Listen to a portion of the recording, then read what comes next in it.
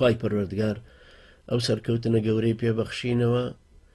جارێکی کە ئازادبوونێکی بەرفراوانتر و ئەوان زۆر پێی سەرشۆڕ بوون، زۆر پێی نشستیان هێنا، لە لووتکەی خۆشەویستیا بوون، لە لووتکەی خۆشحاڵیا بوون، لە لووتکەی سەرکەوتنیان نابوون کە فەزاحەتەکە لە ناو خۆیانەوە دەرکەوت و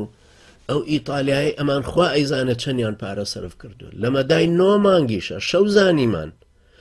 شەو پرۆفیسۆری قسەی کرد لە تەلەڤیزیۆن وتی 9 مانگ لەمە و پێش ئیتالیا ڕەفزی کردووە، بەڵام ئەمانە هەر مصر بوون لەسەر ئەوەی هەر بینێرنە ئیتالیا وتێتی نامەوە وەری ناگرم، بەڵام نەرویج هەر مصر بوو لەسەرەوەی کە فڕێداتە دەرەوە. جا ئەو قانونێک کە ئەم قسانەیە کرد لێ ئەمانە پێویستە وەکو چۆن مناڵ سزا ئەدرا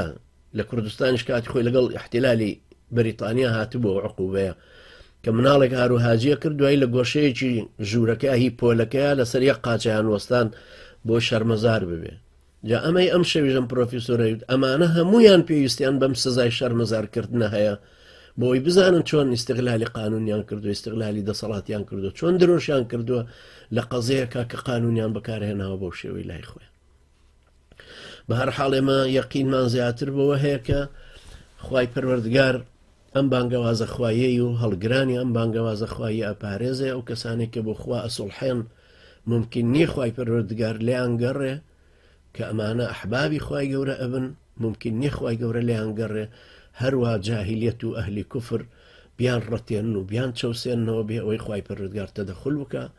ئێمە هەمووشمان ئەوەمان لەبیرە کە پێغەمبەری نازدار عەلەیهی سەڵات وەسەلام ڕۆژی حودەیبیە چوو بوو بۆ ئەوەی حەج بکە، چوو بوو بۆ ماڵی خوا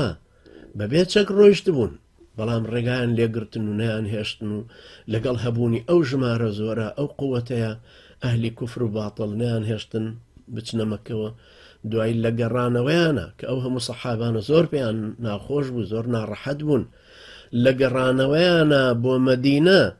خوای پەروەردگار سوورەتی فەتحی ناردە خوارەوە کە سوورەتەکە ناوی فەتحە. سەرەتاکەیە فەرمێ ئینا فەتەحنا لەکە فەتحەن موبینە، فەتحەن مەفعول مطلقە لەوێ و مەدحیشی کردووە وەصفی کردووە بەوەی کە موبینە. دوای لە ئاەتی 22 لە دوایی ترە ئەفەرمێ ولما رأى المؤمنون الأحزاب قالوا هذا ما وعدنا الله ورسوله وصدق الله ورسوله وما زادهم إلا إيمانا وتسليما. خواهی پەروەردگار ئیمان و مسلمانێتی ئێمەش زیاتر بکە، خواهی پەروەردگار یارمەتی دەرمان بێ، سەلامەت و سەرکەوتومان کە، خواهی گەورە زیاتر خۆشەویستی خۆی بخاتە دڵمانەوە، هیدایەتمان بدا، سینەمان فراوان کە بە خۆشەویستی خۆی، بەرچاومان ڕووناکە بە نووری خۆی، برایەتیەکەمان بەهێزتر کە بە قووەتی ئیمان و بە بانگەوازەکەی. خوای پەروەردگار یارمەتی دەری ئێمەش و ئێوەش بێ و زۆر سوپاسی ئەو